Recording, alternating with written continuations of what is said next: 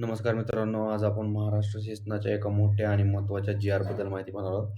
महाराष्ट्र शासन सहकार विभाग आणि जिल्हा मध्यवर्ती सहकारी बँकांमधील भरती संबंधात नवीन निर्णय घेतला आहे. या निर्णयानुसार आता संबंधित जिल्ह्यातील स्थानिक उमेदवारांना नोकरीमध्ये प्राधान्य दिले जाणार आहे. म्हणजे काय? जर एखाद्या जिल्ह्यात मध्यवर्ती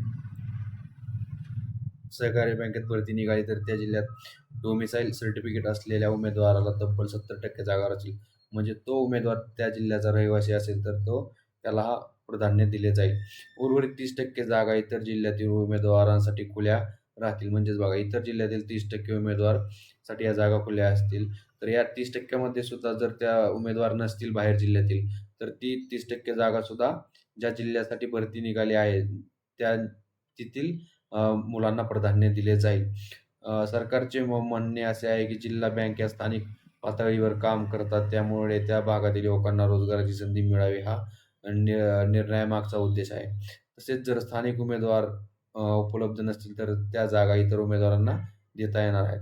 हा निर्णय विशेषतः ग्रामीण भागातील विद्यार्थ्यांसाठी आणि बँकिंग क्षेत्रात नोकरी शोधणाऱ्या युवकांसाठी खूप महत्त्वाचा मानला जात आहे. तुम्हाला हा निर्णय योग्य वाटतो का? तुमचे मत कमेंटमध्ये नक्की सांगा. आणि या जी-आरची लिंक सुद्धा डिस्क्रिप्शनमध्ये दिलेली आहे. तिथून तुम्ही हा जी-आर डाउनलोड करून पाहू शकता. आणि अशा महत्त्वाच्या जी-आर आणि सरकारी अपडेटसाठी चॅनलला सबस्क्राईब आणि व्हिडिओला शेअर, लाईक करायला विसरू नका. धन्यवाद.